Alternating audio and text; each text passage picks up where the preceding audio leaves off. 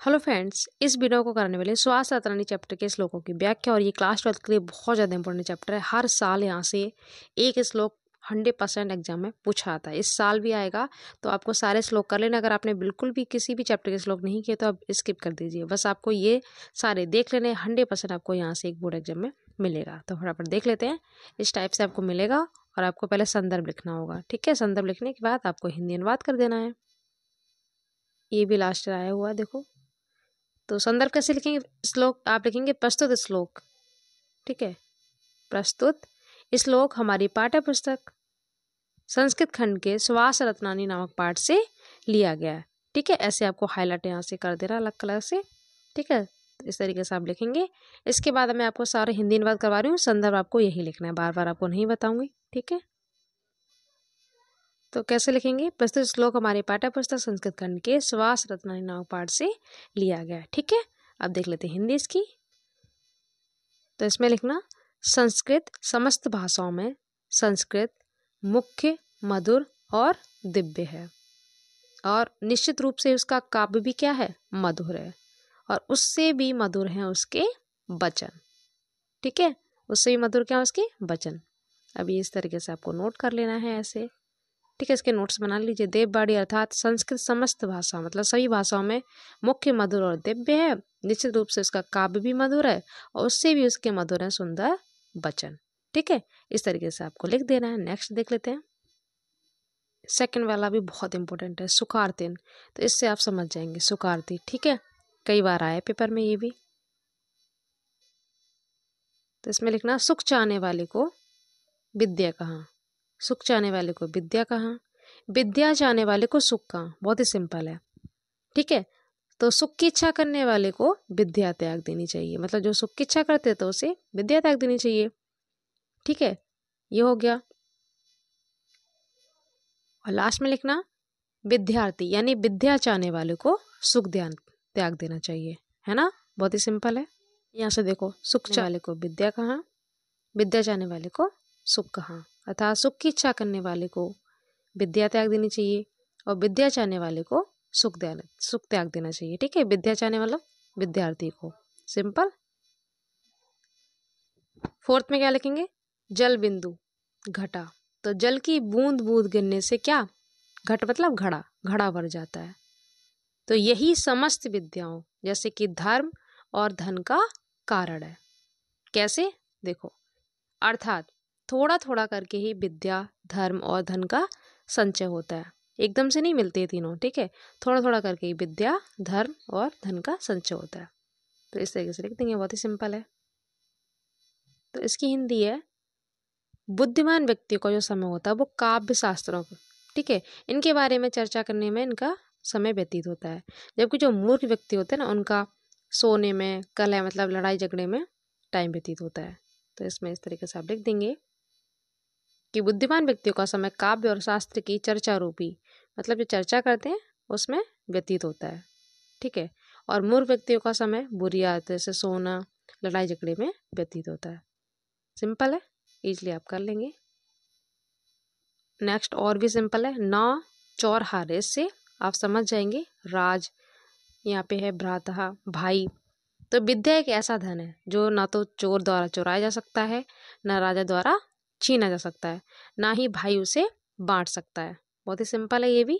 ठीक है, ना चौर से आप समझ जा रहा, ये भी स्वास्थ्य चैप्टर का है। तो विद्या सभी धनों में क्या है? प्रधान है, मतलब श्रेष्ठ है। तो इस तरीके से आप लिख देंगे, विद्या एक ऐसा धन है, इसमें ऐसे लिख देना आप। ठीक है, ना भाई से छीन सकता, ना राजा बांट सकता, ना ही ये कोई बोझ है, और खर्च करने से नित्य ये बढ़ता है। विद्या से तो जितना हम बांटते हैं उतना ये बढ़ता है, तो कभी खर्च भी नहीं होता। इस तरीके से आप इसको ऐसे लिख देंगे। और ना ही बोझ है, ना ही खर्च करने से ये क्या होता है? नित्य बढ़ता जाता है। तो सभी धनों में प्रधान है। ये लास्ट में जो लाइन लिखी है ना, इस तरीके से लिखेंगे, सभी धनों में प्रधान है क्या? विद्या। इस तरीके से लिख देंगे, बहुत सिंपल है। 2 बार भी आप सुन लेंगे, आपको इजीली याद हो जाएगा। है पीठ पीछे कार करने वाले, जो कारों को नष्ट करते हैं, कार हंतारम मतलब पीठ पीछे जो कार को नष्ट करते हो, सामने बहुत ही प्रिय बोलते हैं, तो ऐसे मित्र को त्याग देना चाहिए। विष कुंभम, इसका मतलब क्या होता है? देखो, पीठ पीछे कार्य को नष्ट करने वाले और सामने प्रिय बोलने वाले मित्र को वैसे ही त्याग देना चाहिए जिस प्रकार मुख पर दूध लगे विष से भरे घड़े को छोड़ दिया जाता है। तो इसमें आप लिखेंगे पीठ पीछे कार्य को नष्ट करने वाले और सामने प्रिय बोलने वाले मित्र को वैसे ही त्याग देना चाहिए जिस प्रकार मुख पर दूध लगे विष से भरे घड़े को छोड़ दिया जाता है या त्याग दिया जाता है। ओके, ऐसे कर देंगे। कितनी बार पूछा गया, ये बहुत इंपॉर्टेंट है। तो आपको वर्ड कैच करना है सभी श्लोकों में। परोक्षे आ जाए, न चौर वाला आपको बताया था, जल से बताया था ना, घट। तो ऐसे आप करेंगे तो आपको याद हो जाएगा। उदयति सविता, ये सूर्य वाला है। सूर्य जब उदय होता है तो लाल होता है। देखो बहुत सिंपल है। सूर्य उदय के समय लाल होता है और अस्त होते समय भी क्या होता है, लाल होता है। उसी प्रकार महान पुरुष जो होते हैं, संपत्ति मतलब संपत्ति हो, पैसा हो या विपत्ति, गरीबी हो, अर्थात सुख दुख में एक समान होते हैं। ठीक है, जैसे सूर्य समान रहता है ना, जब उदय होता है तब भी लाल होता है, अस्त होता है तब भी लाल होता है। बहुत सिंपल है ये भी। अब यहाँ से आपको वर्ड कैच करना है। सूर्य जब उदय होता है तब भी लाल होता है, ठीक है, अस्त होता है तब भी लाल होता है। उसी प्रकार जो महान पुरुष होते हैं, संपत्ति और विपत्ति मतलब सुख दुख में एक समान रहते हैं। क्लियर? ये भी कई बार आए, विद्या विवादाय धनम मदाय। ठीक है, बहुत सिंपल है। दुष्ट की विद्या विवाद के लिए, दुष्ट की विद्या विवाद के लिए, धन घमंड के लिए और शक्ति दूसरों को पीड़ा पहुंचाने के लिए होती है। ठीक है, दूसरों को पीड़ा पहुंचाने के लिए होती है। इसका उल्टा अगर हम देखें, इसके विपरीत में, ठीक है, इसके विपरीत में क्या होता है, अगर कोई सज्जन पुरुष है उसको विद्या मिल जाए तो उसकी विद्या ज्ञान के लिए, धन दान के लिए और शक्ति दूसरों की रक्षा के लिए होती है। शक्ति दूसरों के रक्षा के लिए होती है। इसके विपरीत है ना, बहुत सिंपल है। सज्जन के लिए, सज्जन की जो विद्या होती है वो ज्ञान के लिए, ठीक है, धन दान के लिए और शक्ति जो होती है दूसरों की रक्षा के लिए होती है। क्लियर? इस तरीके से आप कर लेंगे। कितनी बार देखो आया है। नेक्स्ट है सहसा विदित न क्रियाम विवेका। विवेक को बोलते हैं ज्ञान को। विवेक को क्या कहते हैं? ज्ञान। तो बिना विचार कर हमें कार्य को नहीं करना चाहिए। क्यों? क्योंकि अज्ञान परम आपत्तियों का स्थान है। मतलब बिना सोच विचार के अगर हम कार्य करेंगे तो बहुत सारी मुसीबतें आ जाती हैं। ठीक है, नेक्स्ट आप लिखेंगे निश्चय ही सोच विचार कर कार्य करने वाले। ठीक है, व्यक्ति का गुणों की लोभी, व्यक्ति का गुणों की लोभी। तो इस पे आप लिखेंगे संपत्तियां। संपदा मतलब संपत्तियां। स्वयं, तो लक्ष्मी स्वयं बरड़ कर लेती है, मतलब स्वयं लक्ष्मी चल कर आ जाती है। कब? अगर हम सोच विचार कर कोई कार्य करते हैं तब। ठीक है, तो इस तरीके से आप लिख देंगे। ये भी देखो आया हुआ है। इस चैप्टर से एक ना एक श्लोक हर साल पूछा जाता है, इस साल भी आएगा। तो बस आपको अच्छे से रिवीजन कर लेना, एक दो बार देखेंगे तो आपको याद हो जाएगा। ठीक है, तो ये लिख दीजिएगा।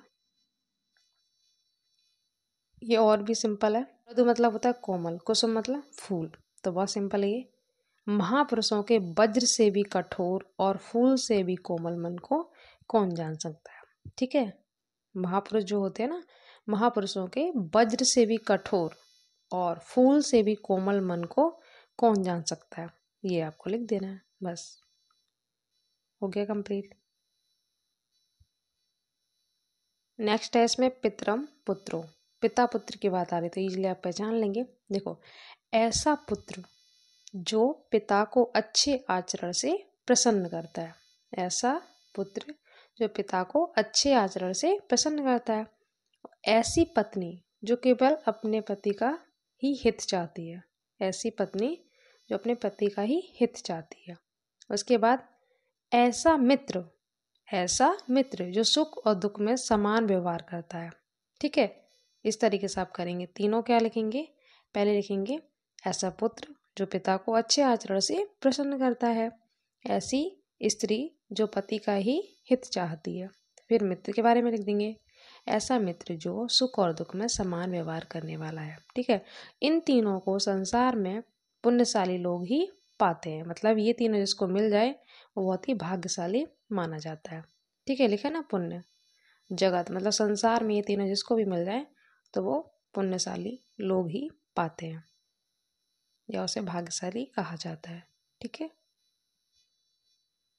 कोई आंतरिक कारण ही पदार्थों को मिलाता है। कैसे लिखेंगे? कोई आंतरिक कारण ही पदार्थों को मिलाता है। प्रेम बाहरी कारणों पर आश्रित नहीं होता है, क्योंकि जब सूर्य उदय होता है तब कमल खिलता है। ठीक है, और जब चंद्रमा उदय होता है तो चंद्रकांत मणि पिघलती है। देखो, तो वही है इसकी हिंदी। कोई आंतरिक कारणी पदार्थों को परस्पर मिलाता है, निश्चित ही प्रेम बाहरी कारणों पर आश्रित नहीं होता है, क्योंकि सूर्योदय होने पर कमल खिलता है और चंद्रमा के उदय होने पर चंद्रकांत मणि पिघलती है। सिंपल, एक दो बार करेंगे तो इजीली आपको याद हो जाएगा। नेक्स्ट में आप क्या वर्ड कैच करेंगे? निंदा, नीति, निपुण। ठीक है, तो क्या लिखेंगे इसका?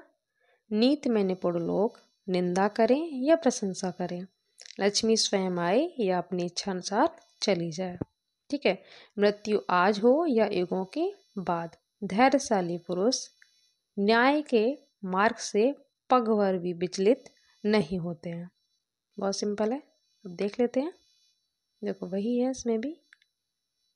नीति में निपुण लोग निंदा करें या प्रशंसा करें, लक्ष्मी आए या अपनी इच्छा अनुसार चली जाए, चाहे आज ही मृत्यु हो अथवा युगों के बाद हो, धैर्यशाली पुरुष न्याय के मार्ग से पगभर भी विचलित नहीं होते हैं। ठीक है, ऐसे आपको वर्ड कैच करने हैं यहाँ पे। ये न्याय पथ आ गया, धीर आ गया, धैर्यशाली, लक्ष्मी आए या चली जाए। ठीक है, ये मृत्यु से आप यहाँ पे कैच करेंगे, मृत्यु आज हो या युगों के बाद, ऐसे आपको वर्ड कैच करना है। ठीक है, लास्ट श्लोक है इस चैप्टर का, इसमें ऋषि राक्षसी ऐसे आप ध्यान रखेंगे। तो ऋषियों ने दुष्ट और अहंकारी व्यक्तियों की वाणी को राक्षसी वाणी कहा है। ऋषियों ने दुष्ट और अहंकारी व्यक्ति की वाणी को क्या बोला है? राक्षसी वाणी कहा है। क्यों? क्योंकि वह समस्त बैरों को उत्पन्न करने वाली, ठीक है, क्योंकि वह समस्त बैरों को उत्पन्न करने वाली होती है और संसार की विपत्ति का कारण होती है, इसलिए बोला ऐसा। तो वही यहाँ पे लिखा है, ऋषियों ने दुष्ट और अहंकारी व्यक्तियों की वाणी को राक्षसी वाणी कहा है, क्योंकि वह समस्त वैरों को उत्पन्न करने वाली और संसार की विपत्ति का कारण होती है। तो इसमें आपको ये वर्ड कैच कर लेना है, ऋषि और राक्षसी वर्ड। ठीक है, तो ध्यान रखना। तो ये हो गए सारे कंप्लीट। इसको आप कर लीजिएगा, डेफिनेटली आपको 100% यहाँ से एक श्लोक बोर्ड एग्जाम में मिल जाएगा। इसके बाद मैं आपको ग्रामर में टॉपिक करवा दूँ। अलंकार, ग्रामर के जो मेन टॉपिक हैं, संधि, छंद, ठीक है, सारे करवा दूँ ट्रिक से, इजीली आपको याद हो जाएंगे। तो मेन टॉपिक करवा रही हूँ। और त्यागपति में आपको हर्षवर्धन, ठीक है, और राजश्री पढ़ लेना। 5 नंबर आपके वहाँ से पक्के हो जाएंगे, आपको सर करने की कोई ज़रूरत नहीं, दोनों मैंने करवा दिए हैं। ठीक है, तो मेन आपको टॉपिक करवा रही हूँ, यहाँ से डेफिनेट आपको पेपर, तो वही मैं आपको करवा रही हूँ जो पेपर में सीधा सीधा क्वेश्चन पूछा जाएगा। इसके एक्स्ट्रा आपको कुछ भी नहीं पढ़ना है। तो जब वीडियो अच्छा लगा तो लाइक शेयर कर दीजिए। तो मिलते हैं नेक्स्ट वीडियो में नेक्स्ट टॉपिक के साथ। Thank you so much.